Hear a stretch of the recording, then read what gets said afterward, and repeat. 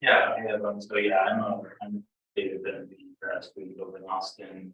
So, yeah, I don't know really here except for that, but they say that everyone has some.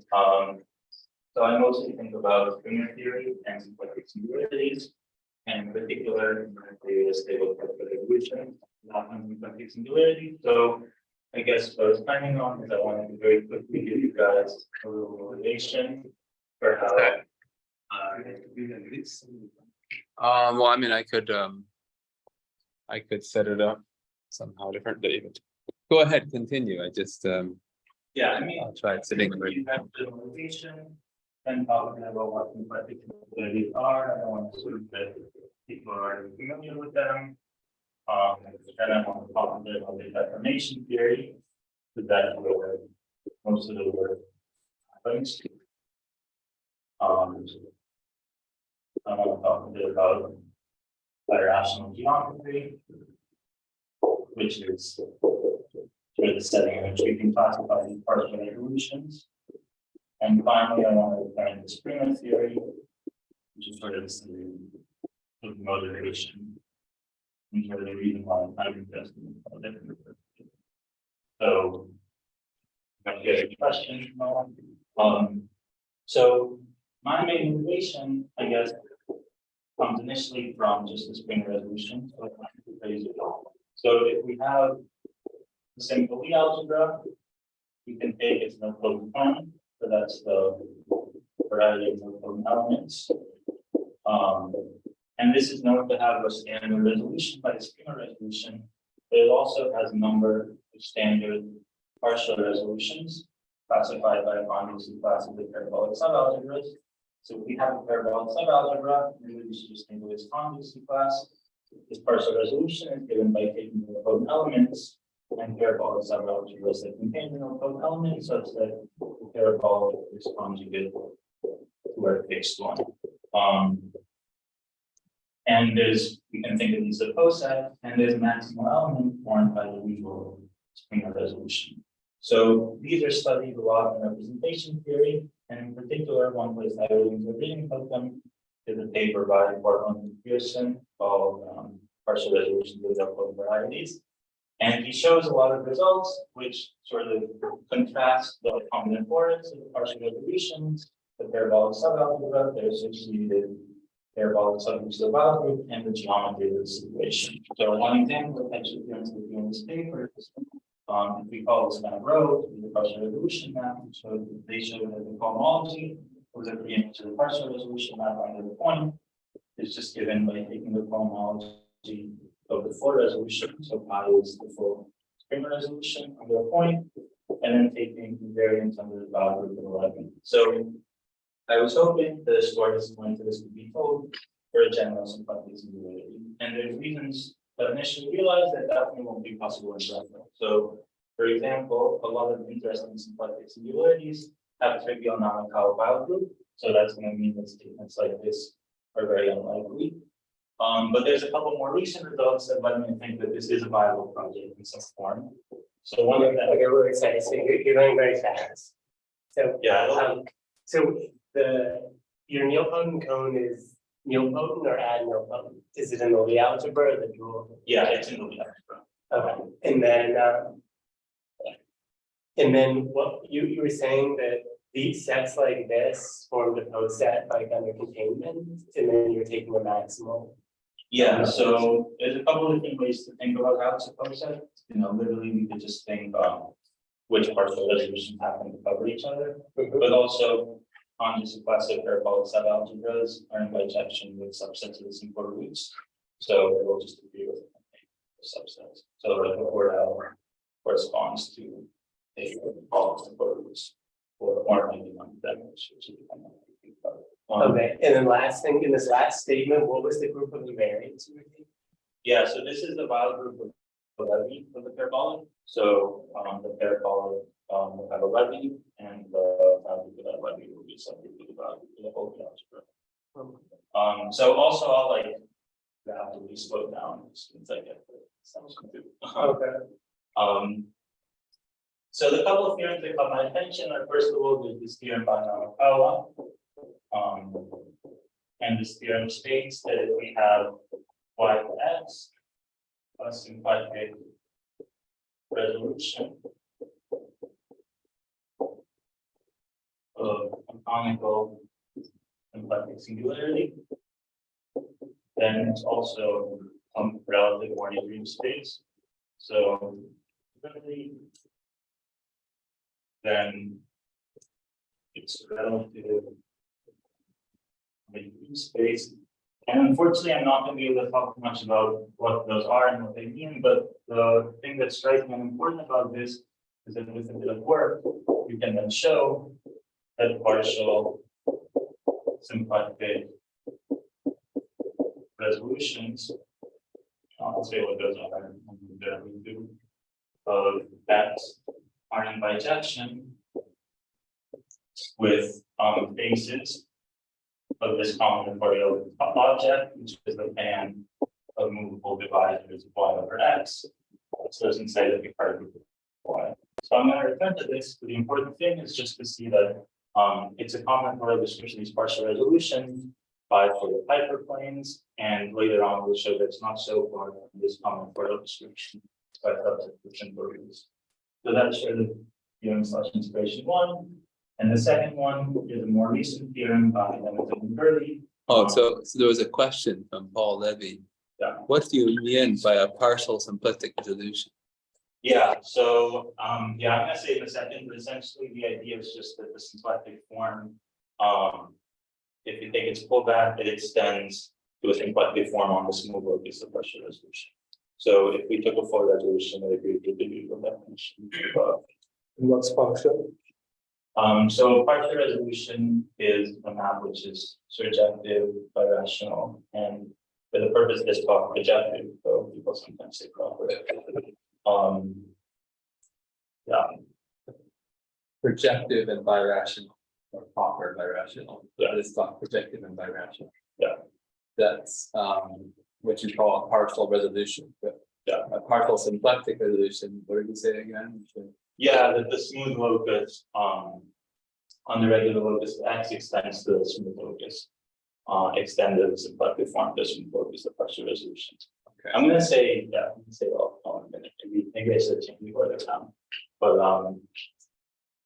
yeah, the second theorem, which I found exciting, is a recent paper by Miguel and Alberto.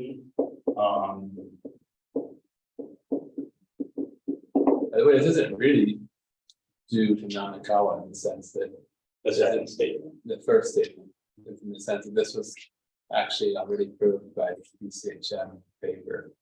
Yeah, so I guess, yeah, so in a sense, any stage with like Einstein singularities, you take a resolution of the relative dream space. So The canonical singularities. yeah, so maybe like what should be the Namikawa is sort of sequence of statements which get very specifically like what the band looks like. But yeah, maybe it's in this sort of form. Or for example, the fact that it's a hyperplane arrangement in this case. Yeah, Which is exactly. not true in general. Yeah, exactly. That's definitely the Namikawa, but maybe in its current form, the statement is already kind of available in the literature. Well, For it's a sure. special case of something. Yeah. It's in order to have a symplectic singularity, you have to have rational coordinates in singularity, in particular canonical. Yeah. Yeah. Any other questions? Okay, so the second statement is that the push forward here of the constant sheaf on y is not just a perverse sheaf on x, but it's a perverse sheaf which is constructible with respect to stratification by symplectically used on x. So this statement and a number of other statements, which would be seen under the umbrella of establishing the viability of Springer theory in the symplectic setting. So together, these two papers made me think that there's some viability to a story like this one for a general symplectic singularity. But one tool which is used throughout this. Paul Levy, sorry, wanted to ask if it does not have to exist a full symplectic distribution. Yeah, What you're doing. It depends a bit on the theorem. So for the Springer theory, you want to have full resolution. For this statement, I wrote symplectic resolution. It won't be confusing, but it's enough things that we can factorial formalization. Essentially, for everything like for step 5 here, it's enough to take a few factorial formalization. But for some of the Springer theory stuff, we're going to want it to actually be symplectic resolution. Okay. So what I was saying is that what we need is to have some kind of the Springer-like resolution, i.e. a universal deformation of partial resolution. So that's sort of what led me to think about universal deformations of partial resolutions, and that's sort of what I'm going to tell you about today. So any questions so far? This is the McCurdy and Evans paper you're talking about. Yeah, the Springer theory is something about. Normally it would be M and. Oh, I should have, I didn't mean, there's no connotations, there's one problem in my head. Okay, so let me clarify some terms here. So what is a symplectic singularity? Maybe people are already familiar with this, but I'll already get these people on. So a symplectic singularity is a normal on algebraic variety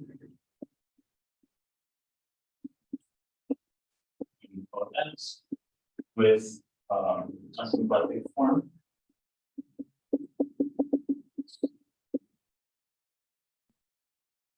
Symplectic form omega on the smooth locus,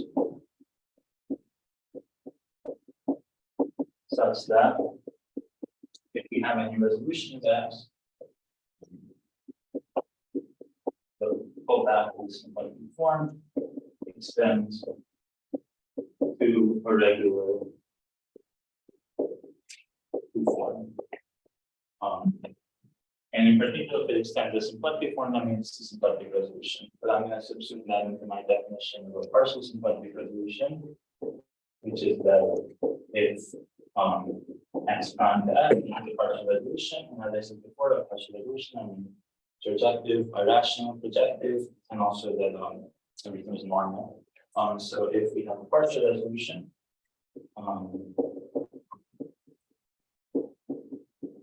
then it is symplectic if let's call this rho. The pullback on the rho, the symplectic form extends to a symplectic form on the smooth locus of X. So X prime. So if this is the full resolution, then this would be the usual definition for the symplectic resolution. And I'm going to try to be very consistent in my notation, not be confusing. So throughout the talk, I'm always going to let X be a conical on symplectic singularity. X prime will be a symplectic partial resolution of it. I'll probably just say partial resolution from now on. Rho will be this partial resolution now. Then Y, depending on the con, will usually be two factorial normalization, but maybe we'll have symplectic resolution sometimes. This map will be I prime, and then their composition will be this pi. So in general, like time always means it's like the partial version of things. We always kind of give a citation of this full symplectic resolution. Yeah, I mean, essentially it'll be a two factorial normalization until the last part. Then we'll assume it's a resolution. What would be your examples? Yeah, so I'm gonna mention some examples in a second. I could skip to that now, just for examples. So one example is the example that we talked with here, the Springer resolution with partial resolutions coming from parabolic algebras. The other example that I want to talk about is finding singularities. These were one we mentioned last week, which is exciting. In particular, finding singularities are the form C on gamma, where gamma defines of the best of the C. And these kind of Most of them are not nilpotent domains. Yeah, so this is a different example of symplectic singularity, yeah. So these turn out to be in bijection with ABD Lincoln diagrams. So I'm gonna call the Lincoln diagram corresponding to this gamma, just like the gamma, or potentially maybe just the S if S is the symplectic, if S is the finding singularity later on. But these all turn out to have a unique symplectic resolution. And since this is an isolated singularity, the only interesting thing is the exceptional locus. So the exceptional locus, the exceptional fiber. The exceptional fiber is given by the union of P1s in the shape of this in the shape of the Lincoln diagram. So what do I mean by the shape? I mean there's one P1 for every node of the Lincoln diagram, and they intersect if and only if so in particular, maybe we'll just be super explicit, we can do like C2 mod Z mod 2Z, acting by the plus or minus 1 action. So this is going to be stack of A join XY, invariance under plus or minus 1, which is going to be stack of A join X squared, Y squared, XY.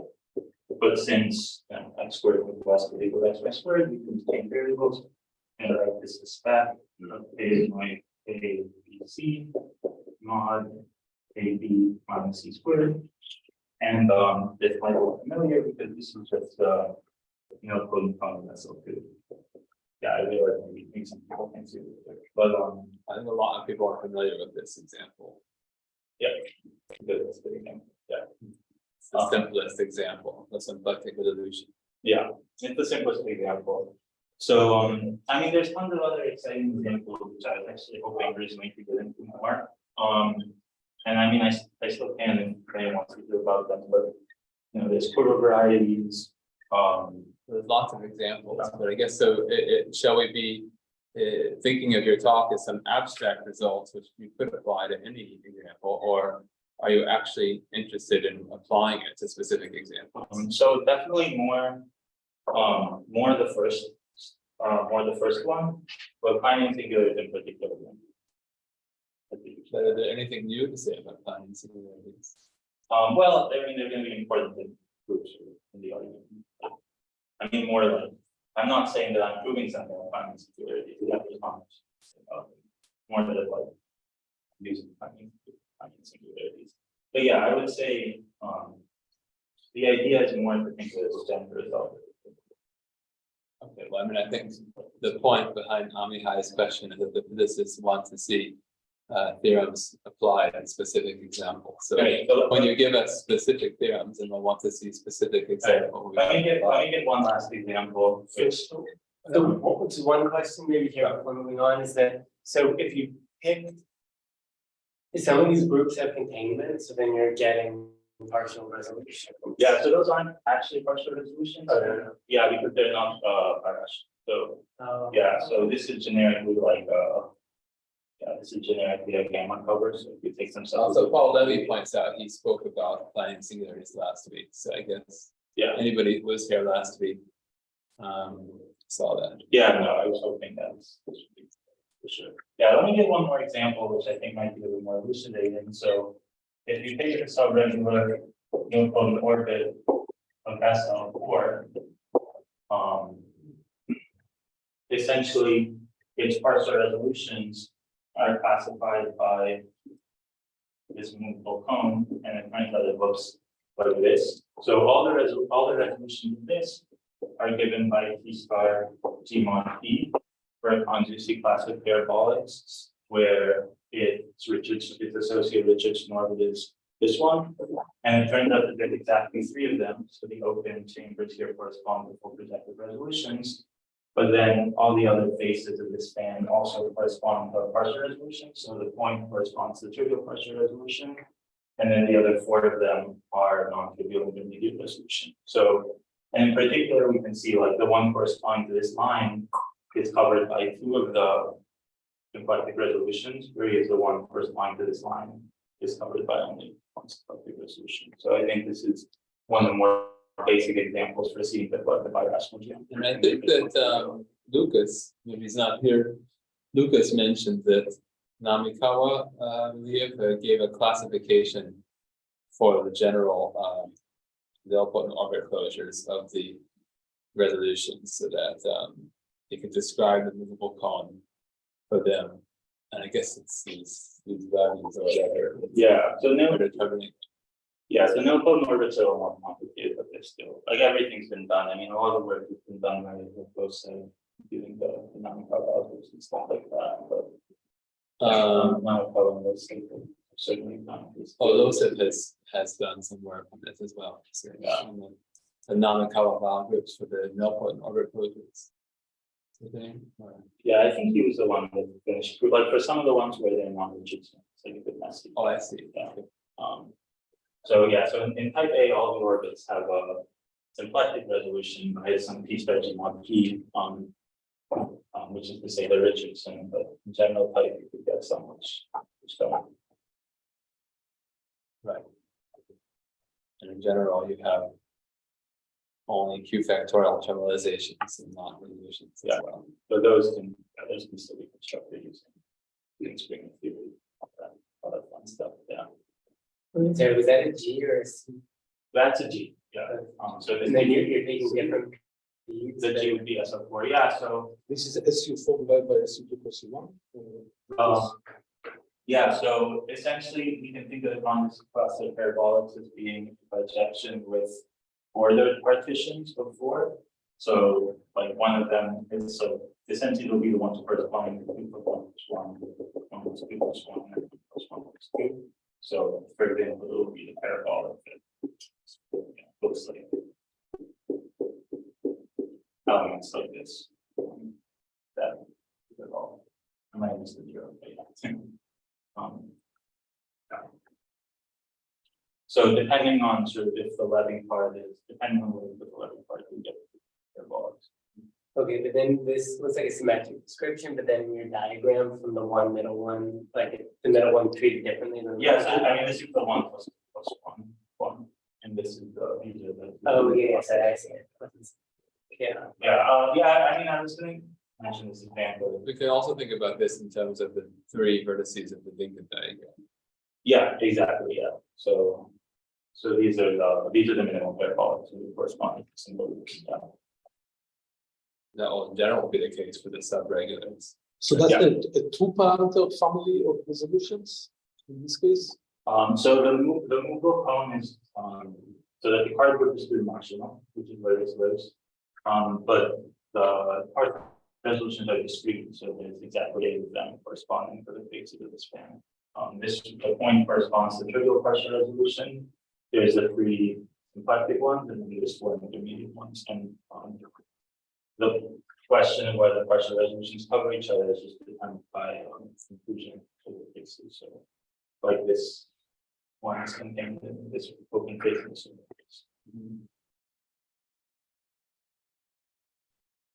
Right. Yeah. But and again, we're talking about here. We're fixing complex structures, or looking at holomorphic maps between these resolutions. It's not. Okay, so where the description as a hypercurrent portion? Well, but that we would need a quiver, right? I guess we have one in this example. 1 to 4. Yeah, this example we have one. And then if you were to look at the hypercalar quotient, then you would be fixing the complex structure, and moving here amongst the cone corresponds to moving the real value of the moment map, I believe. And in order to be a resolution, so to have a holomorphic map to when in this complex structure to the original one, we want this to be an integral vector in the lattice. Yeah. Yeah. So I think if you take, if you have a bit more structure, make this a slightly more. Yeah, well, at the moment, you're not deforming the complex structure, you're just changing the stability conditions. Again, in the hyperkähler case, that corresponds to the real part for Kähler moment map, and the complex part would correspond to the complex deformation. But can we think of this diagram as the two-dimensional diagram by these two real parameters of the Yes. moment map? Yes, you can think about it that way. But then the lattice points in here, because this is Picard group, this is the Picard group is a lattice in here, two-dimensional, a full lattice. So the lattice points correspond to actual projective partial resolutions. So you have a projective holomorphic map from this thing to the root one. I see. In order to have a projective map, you need to have an ample line bundle. So you need this to be on the lattice point to correspond to the line bundle. That's where you're taking for your to define your projective morphism. Yeah. Okay. But you will not use this description. No, yeah. It's just illustrating. I mean, this is kind of a good one. Good one there.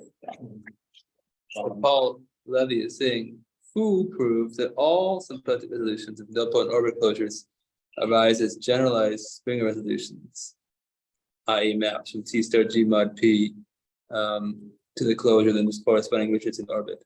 Not all generalized Springer maps are resolutions. They are finite, but don't need to be variational. Yeah, this is true. Yeah, this is Right, but now you're talking about more than that. You're talking about classifying just not just the resolutions, but the partial resolutions and also up to isomorphism. So even if we knew that every resolution is given this way, now with this technology we can say that different conjugacy classes of parabolics correspond to different resolutions.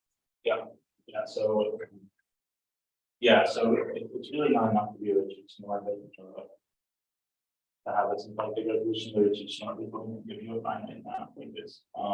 Right. But in general, it's to be generically and for one. Right. And type A it's also though. Type A we don't do.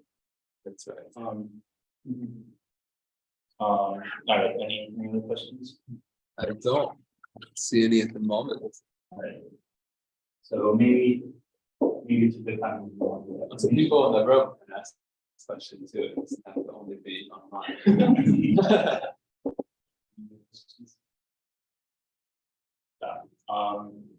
There were a couple other properties, but these are the first I mentioned, but we can just move on and talk about them and take them up. So we need to talk about information theories and singularities. So given a Poisson scheme,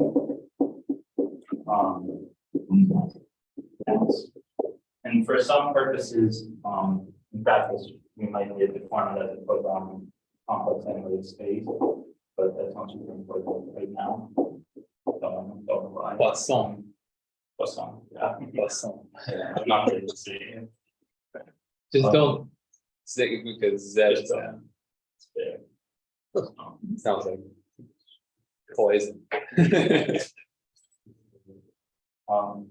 So this Poisson deformation functor is a map from Artinian rings to set. So Artinian rings classify basically an impressional extension to a point, and we want to see how we can deform our scheme over the confessional extension to a point. So how is this defined? So PV(x) of A, the Artinian ring, is defined to be the set of schemes SA over spec A, which are flat and Poisson over A, plus an isomorphism between its pulled back to the central fiber with the original X that we started with. And just to be super clear, this is up to isomorphism. Well, it's up to equivalence, where equivalences are isomorphisms, which induce the identity on the central fiber. So it's a little bit stronger than isomorphism, but that's how these definitions usually work for deformation theory. So this functor is studied a ton by Paolo over the years. We put a lot of exciting things about it. And I'm gonna mention some of them right now. So in particular, a few things that we proved about them are first of all, that with y taxes before, so factorial normalization of a common symplectic singularity, we have put on deformation with x, we put on deformation with y. Sorry. Yeah. Okay, I'll get it. Are both smooth. But it sounds like a Z sound. Like was zone. I see out here. You know how much French. Well, I can give Alberto trouble because he's still a PhD student. I'm happy to do it for outside. But yeah, so these functors are both smooth and pro-representable. So pro-representable just means they might not be represented by an opinion ring, but maybe by a limited opinion ring, something like bringing power to in some number of variables. So vertex lines would be representable.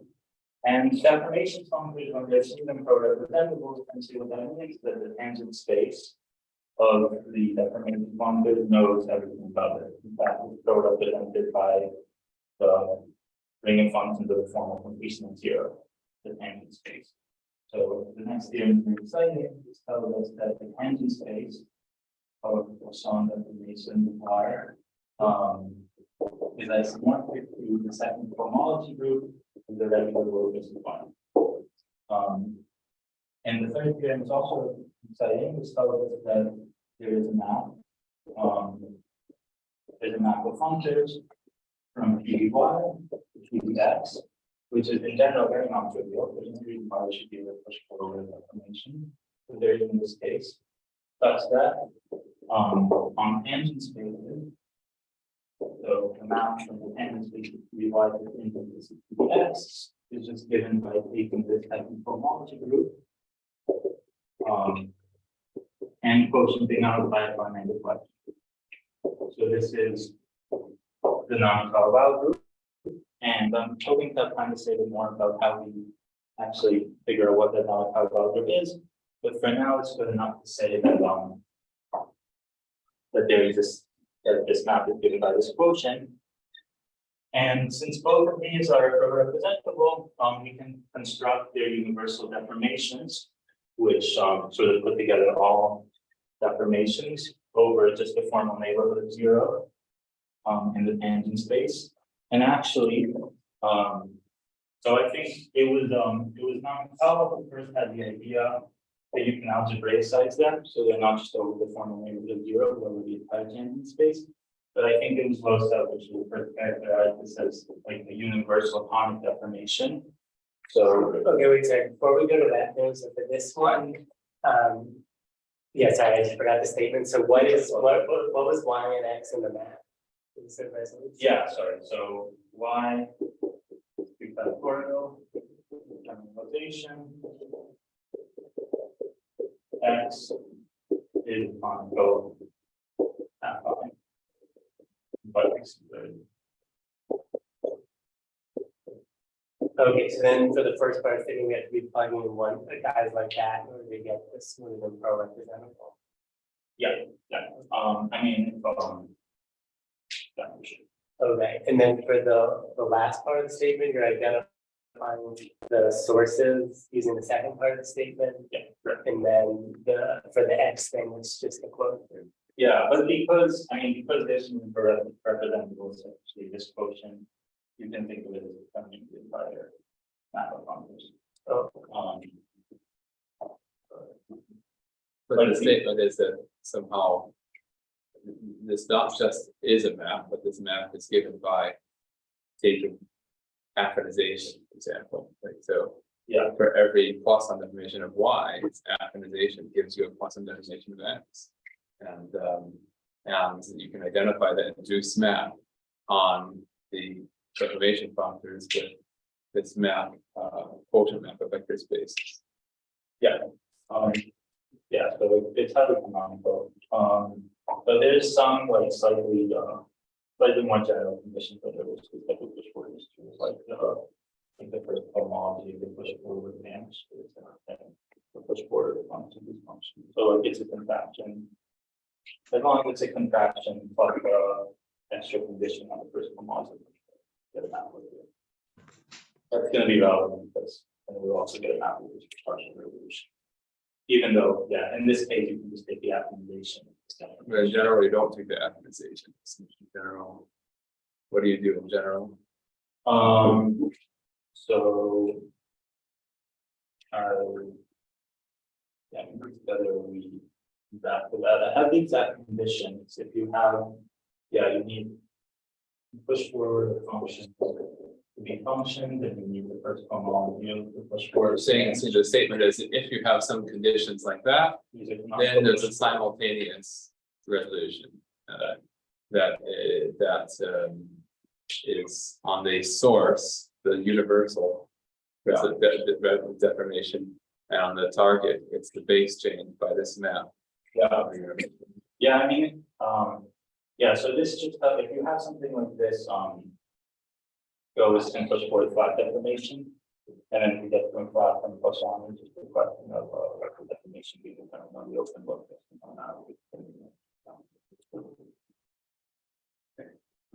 By the way, so anyway, one of the reasons why I say there is a map is because in this situation, as in W is a reflection group, the target is also a vector space of the same dimension as the source.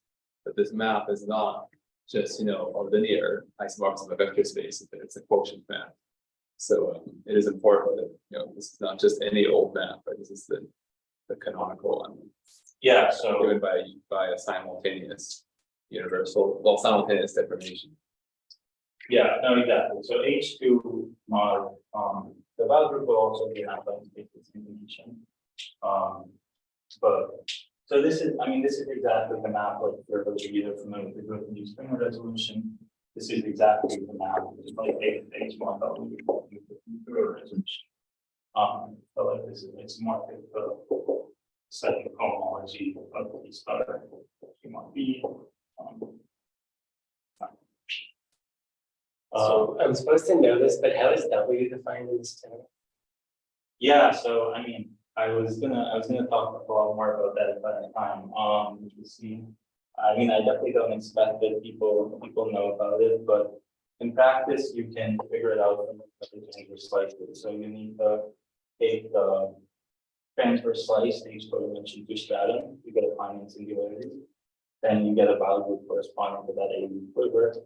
And then you need to take invariance under the monodromy action of the first fundamental group of the stratum. So what we get is that for each dimension to stratum, you get the value group of a folded different diagram, like the different diagram, similarly on the monodromy action.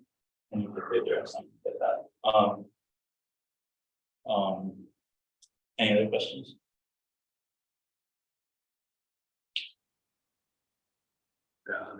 We'll keep going into more detail about that later. People want to know. This all is from Namikawa though, so far as he has defined these Namikawa vowel groups and pointed out that they're actually vowel groups of well, they're in this case declining in the case of the subregulars, they're actually the vowel group of the corresponding type. So yeah, I guess so. Algebra studies up for our universal form of deformations. Deformations over vector spaces. So these are the tangent spaces, but they're often denoted by and dx. So I would. What's the Namikawa value group for a subregular? Well, that was what I just said. So that's the vowel group of that Lie algebra. Always. Yes. Well, so Not a something. Well, that's the value of the nilpotent cone. Sorry. But isn't it also for the subregular? So if we take, I thought it was. yeah, they both kind of make their own appearances. If we take a nilpotent orbit which is covered by P star G1 P, I think the Namikawa value group of it should be the normalized or the value group. If you think that wrong, it's obviously a very, very high chance of wrong. So the other group, just the bottom group of the levy makes an appearance too. And it's going to make an appearance in particular later on in the talk, because if we take the part of the resolution and fill the P, then we'll get something like a Novikov value, which will be the So for the case of subregular of SL4, what was the Novikov value? Yeah, so it should be a C1, so actually there's, if you remember what we had before, there's another theorem which says that the movable cone is always a fundamental region for the action of the non-Novikov algorithm. So in particular, it would be the action. Yeah. But also, That's right, yeah. So the Novikov algorithm is the thing that has as its fundamental region, this movable cone that Alberto was talking about. So yeah, no, that's right. So the subregular will not be the whole value. The whole value you will get for the nilpotent component itself. Yeah, or And you know the answer for subregular of SL5? yeah, I mean, so it should be S3. If you take, so for the subregular SLN, it's always S And and one, S2. And the reason is basically because your levy looks like a 2 block and a bunch of 1 blocks, and then non-Novikov algorithm just produces a 1 block. So in type A, it's actually really easy to compute the non-Novikov algorithm because you just look at like, you basically take the partition. Yeah, you take the partition, you take the conjugate partition, and then you take like the next n for every part of that. right. Yeah. All right. Oh, okay, so in this case, it's going to be a symmetry associated with repeated parts. Yeah, so in type A, you always go about this. Yeah. But in So this would go for classical as well, I guess. You look at repeated parts, and then it's 5 groups of SP also. It looks like if you take this normalizer, the levy, modular levy in general, right, that you're going to get what's called a parabolic subgroup of algorithm, right? Well, the value for levy is the parabolic subgroup. The normalizer. The normalizer modulo I mean, it's is usually, okay, right, so normalizer of the value, normalizer of the levy, modulo levy does not, that could be more complicated. Yeah. It's it's a value for the levy, which is what's called a parabolic subgroup. Then you take this normalizer, so you take a normalizer of a parabolic subgroup, modulo parabolic subgroup. Yeah. Okay. And in general, these will usually be reflection groups, but I guess it can happen. The normalizer of the levy, modulo levy, is not itself a reflection group. So you need to take the subgroup generated by reflections. Yeah. So for a general orbit, we'll also show that you always get a subgroup. Normalizer levy for the levy. But that includes cases where, like, say, a symplectic resolution, just like if we have growth and normalization. Off the top of my head, I'm not sure if we put something classical, but not like A, where there was a resolution. I would think you just get the normalized about the algebra, but I'm say 100% sure. I'm not sure if in classical types already it's always true that this is a reflection group. So definitely you need to get a reflection group out of this. So if for some reason the normalizer, the levy, modulo levy is not a reflection group, then you need to be a subgroup of it. Subgroup generated by reflections.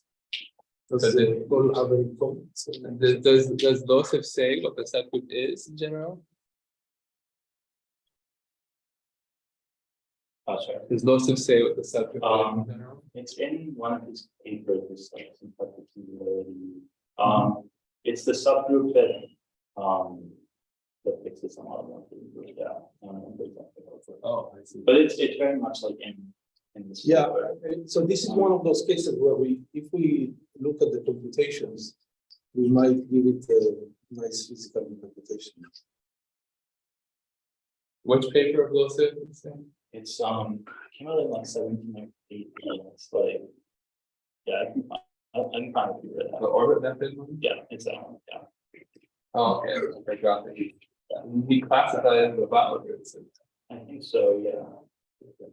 So how often do you talk to Jacques He's not. Not very often. No, it's not. I should, yeah. So he would probably know. Yeah, I mean, when we go back to ask him what he thinks about the. Yeah, David, the second point that I should talk. I see. Okay. Still, I haven't done it. Okay, because he has a very unique way of thinking about potential in general. Yeah. Yeah, no, that's good. Okay, so so tell us again what this diagram here. So this is like so we get a universal formal definition from here, and then we receive that action algebra, so it's a true universal formal definition, where these are actually dependent spaces.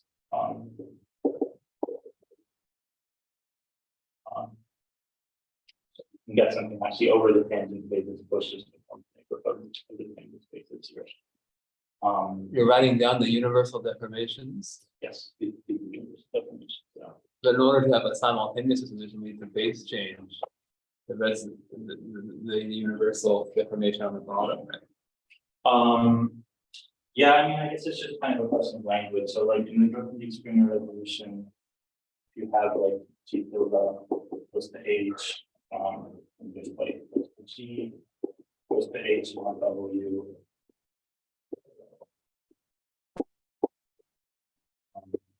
What I'm writing is that except for the zero, then if you base change, yeah, then if you base change, then you get a map for like cross over H on W, the H, and this map will actually be birational. So I think if you do what you said, you'll get a birational map, where this map is not birational, Oh, I see. but generically non-covered. Okay, all right, But I mean, essentially, it's information. okay. Okay, so I guess let me just skip straight to the next part. And kind of, But those are, what is this part in this diagram? yeah, I just felt like I should acknowledge him. He's the first person. So, like, Namikawa observed that you can do the C-star and algebra side of it, but also was the first person that characterized sort of the universal property of that algebraization, the universal sonic definition. Oh, I see. I mean, and I think in his paper he says like the paper we call it Namikawa. Yeah. Yeah, Yeah. it's a pity Lucas is not here. I know, it would have been really useful. He knows this local stuff. Okay, so maybe, yeah, I'll just kind of skip right to the beer. It's okay. I mean, you can also, after lunch, you can also tell us more. Yeah, take it easy. Okay, You've done well so far. So do what you think is best, and then we'll take a break at some point, and then you can still tell us more afterwards. yeah. Well, I mean, let me try to get the results, which I wanted to say, and then potentially we can come back and have more details depending on what the values are. So if we have a situation like the one we've been dealing with, if we have growth and relation of quantum symplectic singularity, ultimately the partial resolutions are like a question of birational geometry. So the birational geometry is controlled by this part group of Y, and we should really mention about the bottom to be precise. So why is this true? It's because given a partial resolution, x prime goes to x, we can take the R positive span of the ample cone of x prime over x, and this naturally we can say the big particle of Y. One might ask, so Y wasn't the big particle of Y. So if Y covered x prime, then we can just take the ample cone in the big particle of x prime and pull it back. If not, it'll turn out x prime will be covered by some other big particle fertilization, and there's a natural And that's where this BCHM. that's where this is. Exactly. So what Namikawa tells us about this situation is that I mean, I'll just write it here. I guess in the deep I'm going to write it's unclear what the attribution should be, but this is a relative monetary space, and what that means is that the movable cone of Y over X is a union of the ample cones of Y prime over X for factorial harmonizations.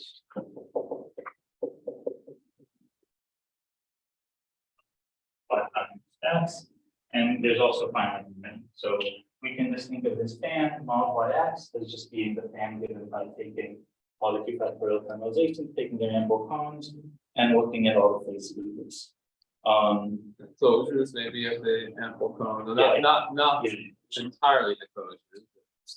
It doesn't have to be the whole closure, right? Yeah. Because the boundary of the movable cone is not a part of the movable cone, right?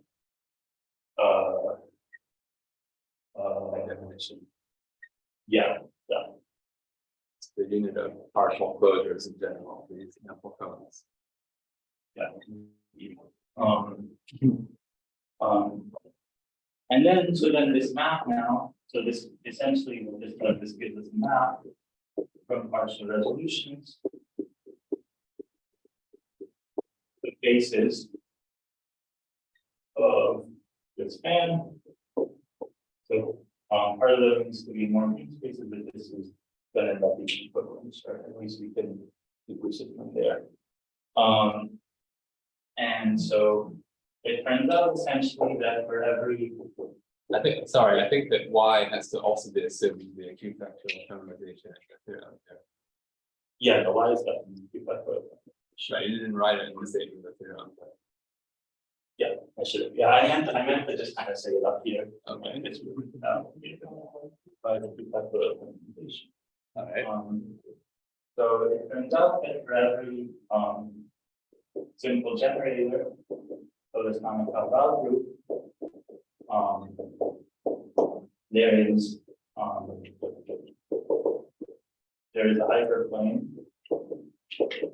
HS, which I guess it's not exactly contained in the its intersection of the movable cone is contained in the movable cone. So the positive part of it is contained in right focus. And now we can define a parabolic subgroup for every base. So given a base at this movable cone, whatever x, we can define we have to be generated by S such that S is equal to HS, and which is enough to state the theorem, which I wanted to tell you guys, which is that given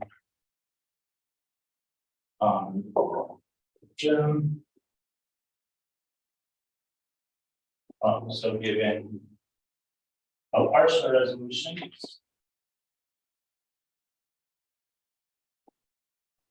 x prime of x, and what's a y is factorial harmonization EV x prime as a universal on information. You can call it perturbation stuff. Satisfying. That you take early y, and we want that. F is in the closure. F is the face of the closure. Yeah.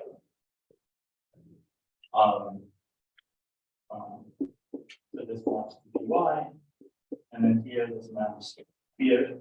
This is by mod WF. So this WF is the finite reflection, group that we feel quotient of one tangent spaces. And furthermore, and we could, and just for clarity, we could like include the part of the dynamic before here, so we can include x, and this will just be the tangent space of y mod the whole group. So all of these are all subgroups. So furthermore, we introduce a map. So what this construction gives us is it gives us a map from partial resolutions to parabolic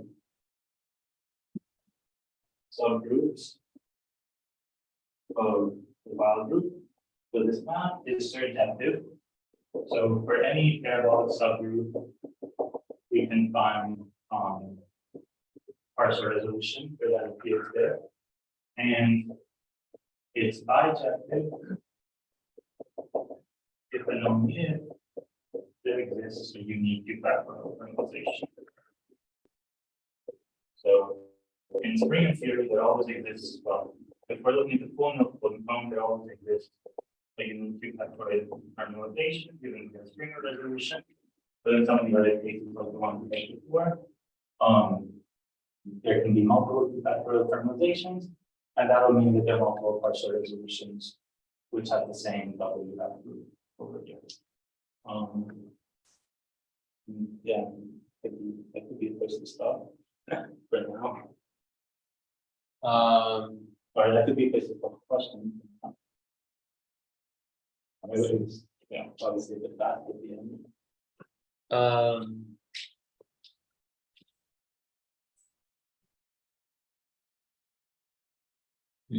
But you wanted to say something about the Springer theory as well, I suppose. But you wanted to do that after the lunch then, or We could do that, but I'm getting hungry. I mean, it's up to you want to do it. no, not necessarily. People might be hungry. But there are the questions? Yeah. Yeah, so this guy, I think, is sort of appropriate to be called like the non-power group of the partial resolution. Like a subgroup of the non-power.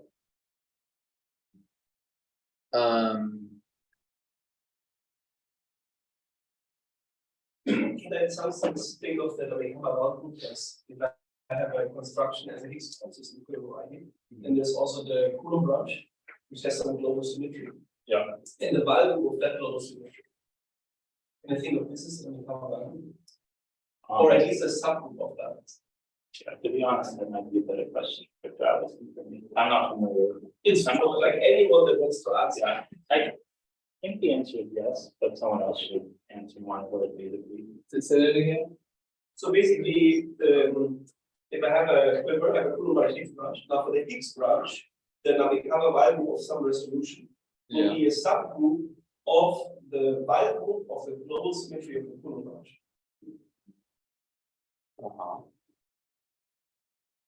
Is that a true statement? Well, you're talking about the relationship between the Higgs and Coulomb branch. But so I want to look at the microbiotic resolution of the Higgs branch, but I get it from looking at the Coulomb branch. The same way that global symmetries of the Higgs branch, well, by definition, the Higgs which receive from the Coulomb branch. The global symmetries of the Coulomb branch. Because that's the value group that we see playing games with doing deformations. I think that this is one of his But instead of BLW, even this like BLPW or whatever paper they have, these expectations about what happens for symplectic dual, symplectic duality. And so if you have a situation where your Higgs and Coulomb branches are normally expected to be symplectic dual, then this would be something that you would expect. It was a relationship between the Namikawa value group on one side and the value group of the global symmetry on the other side. But that is referring to the full Namikawa value group. So so I'm guessing so not these parabolic things that you get for partial resolutions. exactly. You get for the Q-factorial feminization. But there will be some sub exactly. So W comes then we take some sub. I guess you can still tell from looking at the notes of the equivalent which you turn on. There's a survey paper by Joel Kanzer. He's done a really good job, I think, saying some of the symplectic duality stuff in one basic language. And then it mentions the symplectic duality different things. So, you want this? Why is this bijective if and only if we have a unique? So you're saying that there's only one chamber of this movable cone. Yeah, I mean, essentially it's because, so, yeah, what could be said in more detail here is sort of that every simple generator gives us a hyperplane. And those are exactly the hyperplanes on the boundary of the movable cone. So when there's I see. when there's a unique two-factor factorization, there won't be any other hyperplanes. So like all of our cases will just be intersections. I think so. When you have interior cones, Yeah. or the vocal cone, then the interior cones, they will have the trivial parabolic set. Yeah, so let's maybe And so go back. then you could have any number of those, is what you're saying. So in this example, the nominal value was E1 2B. And so there's only one simple generator and the corresponding hyperplane is this one. So the partial resolutions which are included in that hyperplane will have WFPZ1 2Z and the other one will have WFP2. I see. But intuitively, we could have a situation where you have two cones, right? Two Mori cones. And in the middle, we get the trivial vowel group. And on the boundary, we get the two different parabolic subgroups. So why is that not bijective then? Yeah, so you mean like P star P2. Yeah. Yeah, so Why is that not bijective? yeah, because well, they all have trivial. I mean, this example, the non-parallel is trivial. So this map will send everything to the trivial parabolic. So I'm not saying that there's Right, but Yeah. right, that's true, but there's only one partial resolution. Well, okay, No, there's a trivial one. well, there's the trivial one and there's the two different two-factor. Oh, I see. Yeah. So for P star P2 goes to subregular and SL3, the cone looks like it's one-dimensional and it has the point. Oh, So I see. yeah, it's like the two different. It's because in the partial resolutions, you're also including the full resolutions. Yeah, for sure. So I mean, in this case, it's kind of funny because both of the In partial. this case, there's only one partial resolution, which is not full one. It's just the thing itself. And that's in bijection with the. That would form bijection. But when you Yeah. include the full resolutions. Yeah. You don't get a bijection because if you have more than one full resolution, they both correspond to the full W. And so it's not bijective. So yeah, so fullness, I mean, so yeah, we can find that count one direction this falls from the fact that full resolutions always get to the full W. Right, right, that's right. The other, or sorry, full resolution always got to the trivial subgroup. Then you have to show that if there's Yeah. only one full one, then this is injective. Yeah, regardless, I mean, this last step is not going to hard. The surjectivity, I guess, is probably not that hard either. You just have to construct for a parabolic subgroup, you find the intersection of the hyperplanes, and you look in there. Yeah. So that you get the that parabolic subgroup base. No, I mean, once you sort of work through the biaxial geometry and the deformation theory, like these parts are not hard, like this isn't, yeah. So the heart of the theorem is sort of figuring out how it works and constructing these. But you just pull back the you pull back. I mean, you just take. Or is it you take the construction, you take the universal deformation of the Y, right? Yeah, but I mean, there's a number of, so, I mean, yeah, so you need to show some stuff about why what non-definition functors are representable, and then after you work through that, you get that there's some kind of a map from EDY. Right. EDY. This is what Namikawa did in the case of the full resolution. Yeah, so this part is the part which is more sort of confident from applying similar stuff. And then as you pointed out, once we talked about this, like we know the tangent space here is just gonna look like we can just call it Y, and this is gonna be Vy mod of Malaney value. So in a sense, it's not super hard to notice that this has to lie somewhere in between those two. Right. But then you have to look at sort of what happened over the coordination to strata to figure out essentially which parameters are collapsed, which parameters are preserved.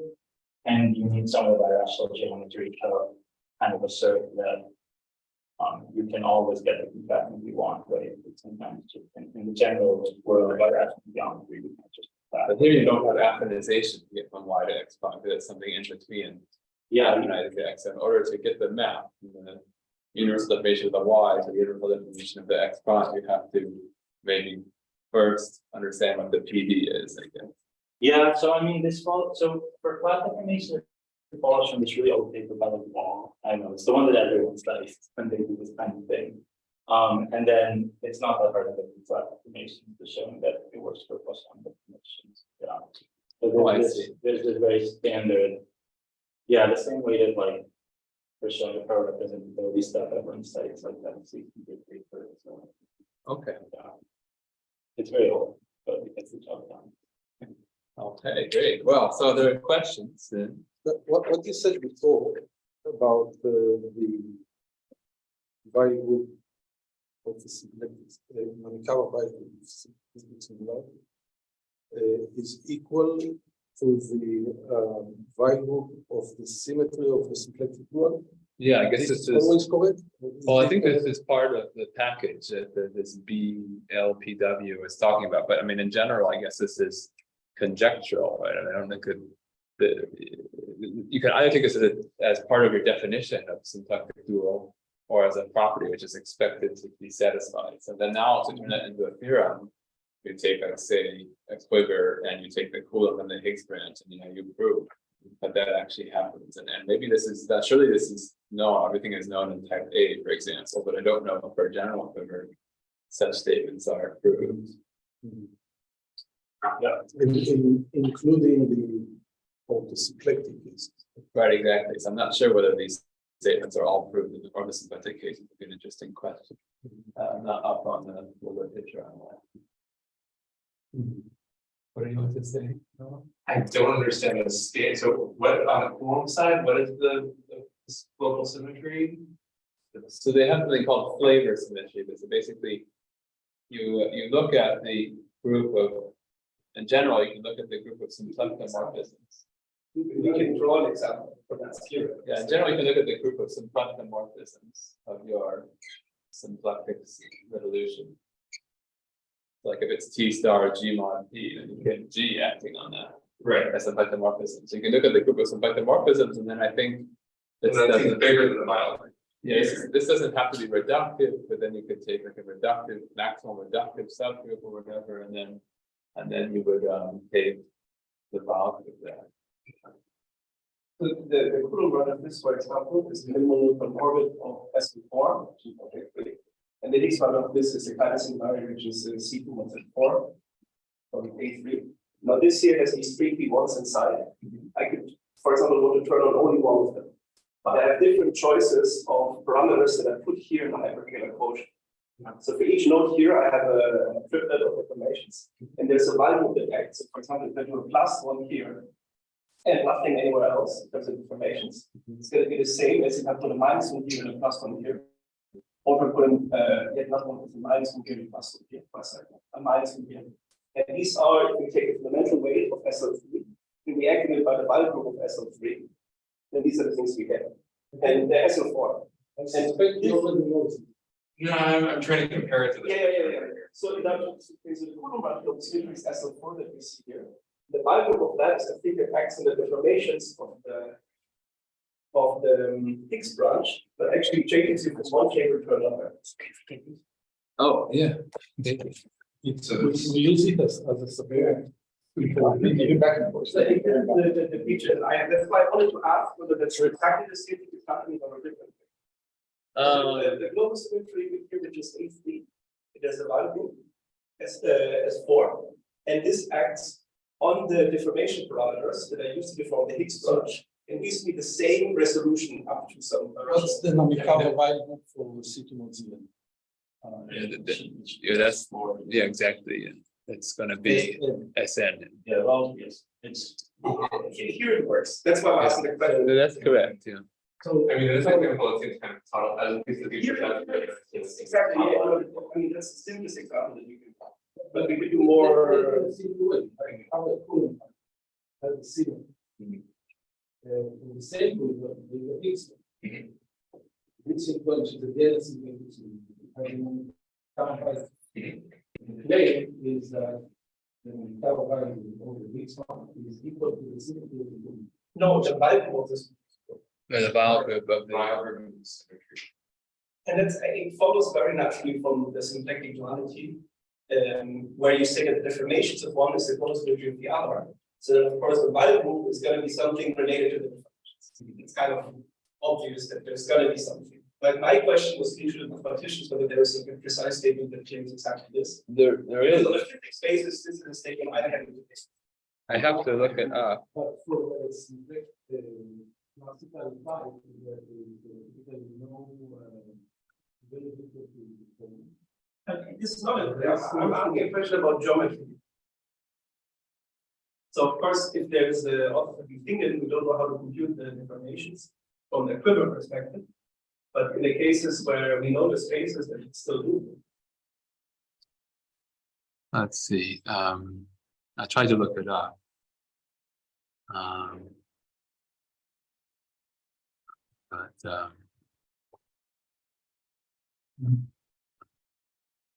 Let's see.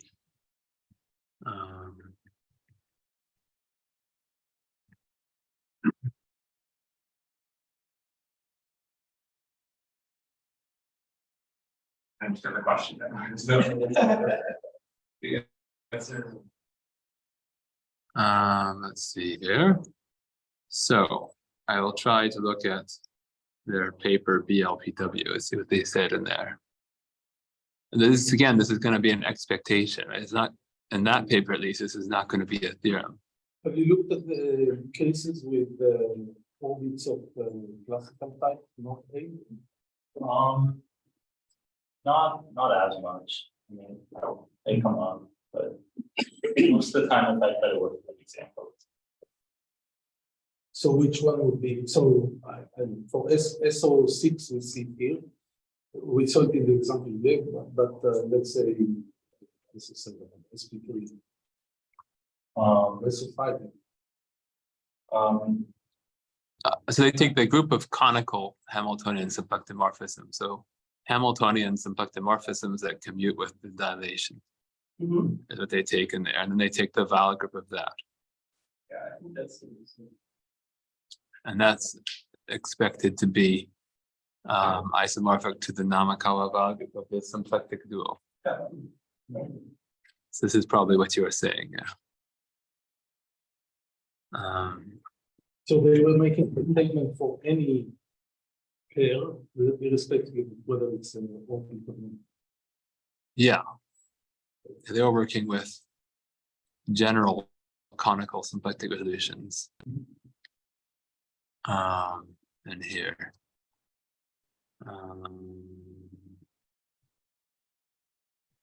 Yeah. But back then they did not think about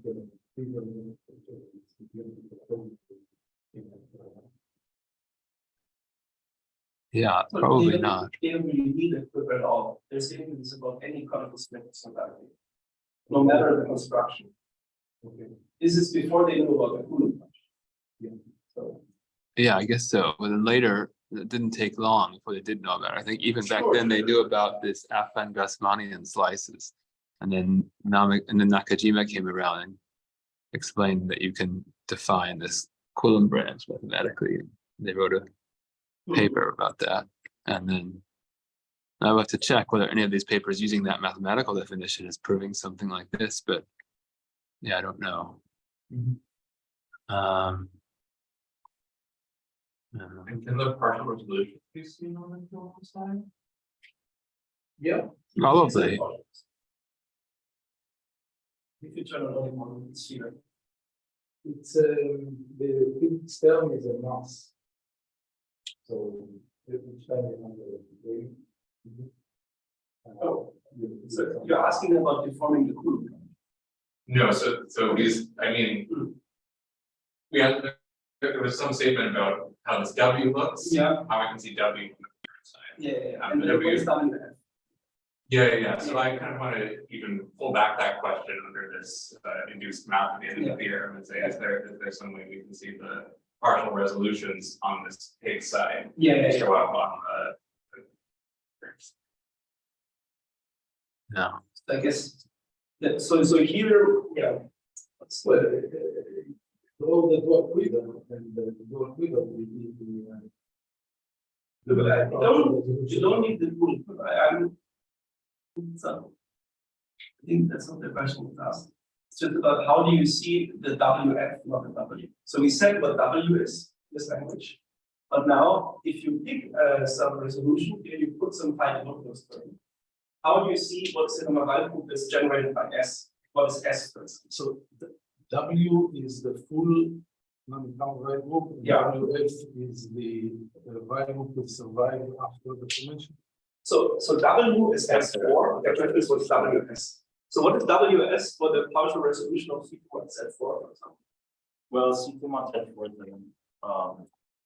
Well, so it just is a question with P1 collapse. Exactly, yeah. So it should be generated by like the collapse. So Z4 is the non-Cobb algorithm for like the full resolution with all of the P1 collapse. But they're related. Are they collapsed as diagonal? Yeah, it should be. But it's S3, okay, so overall here we have SO4, which then has the S4. But then really it's S3. So how we see this exactly is, this is WF, this is WF, and this is W. Yeah. Well, I guess it's on the, so the BLPW on the other side, so Coulomb here, they're talking about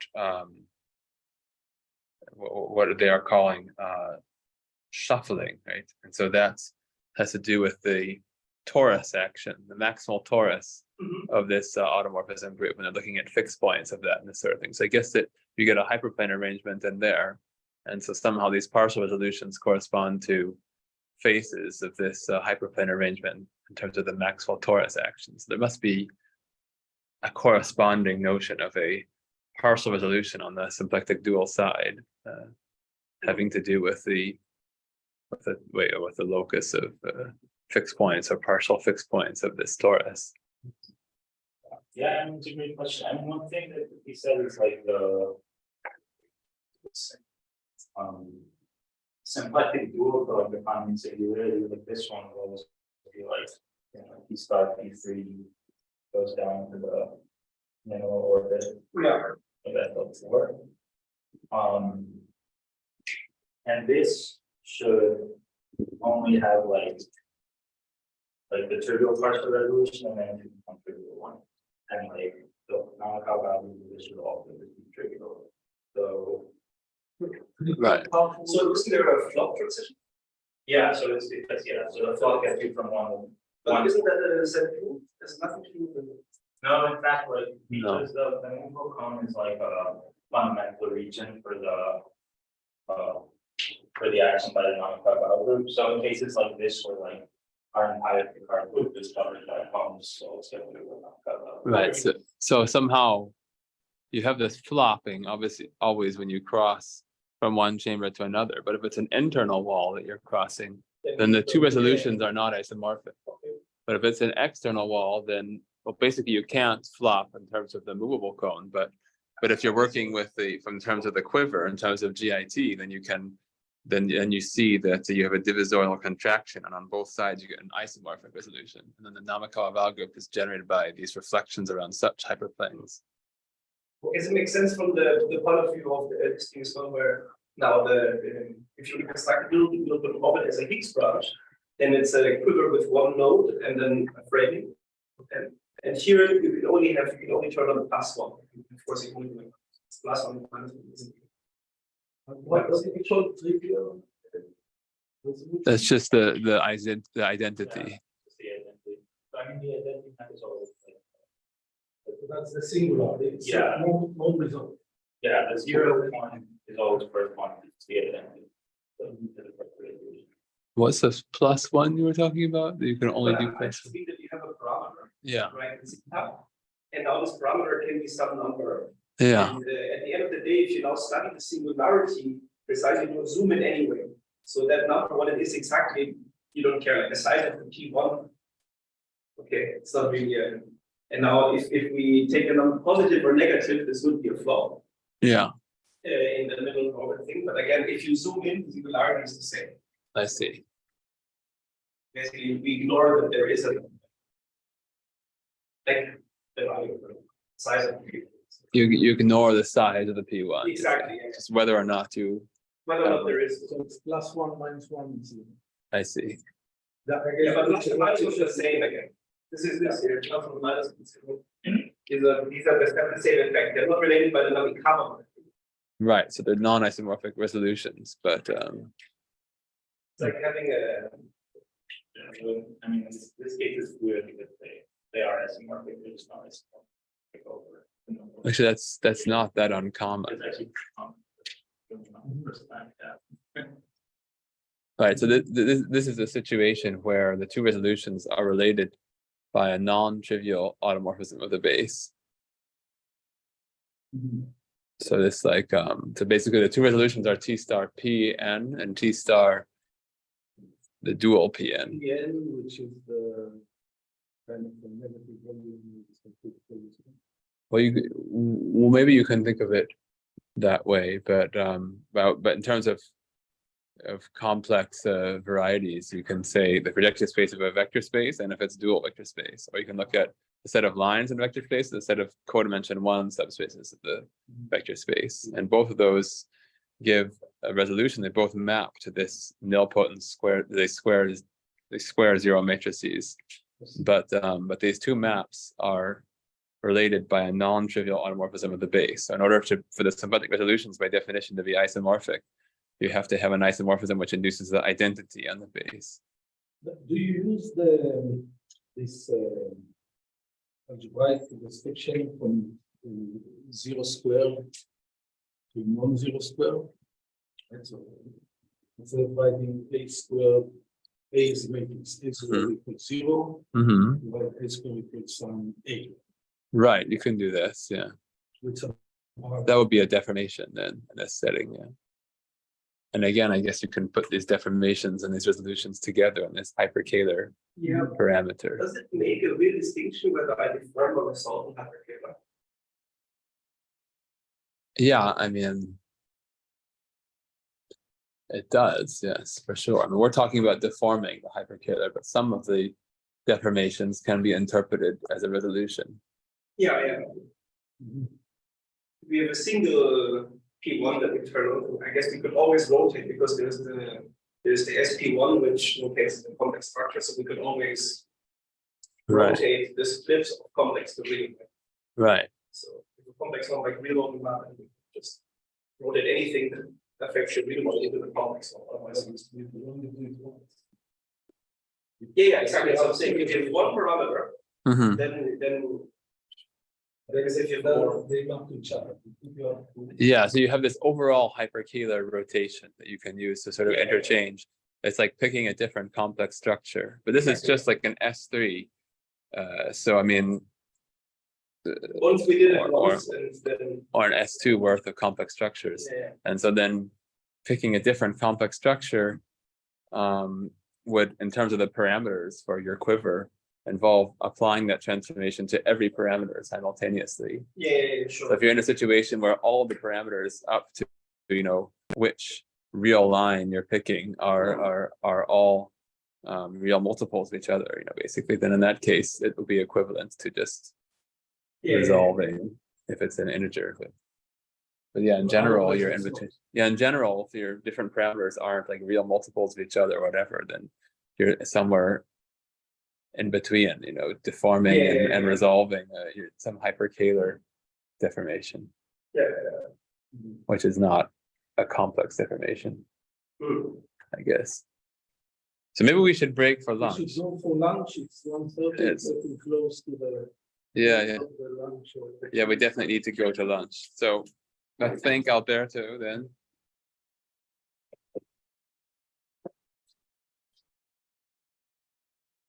Okay. So thanks to the participants online. So we're going to go to lunch, but if you want to, if you want me to put the Zoom back on, let me know. Otherwise, I won't. Thank you. Bye, Paul. Bye, Paul. Bye, Tiziano. Tiziano is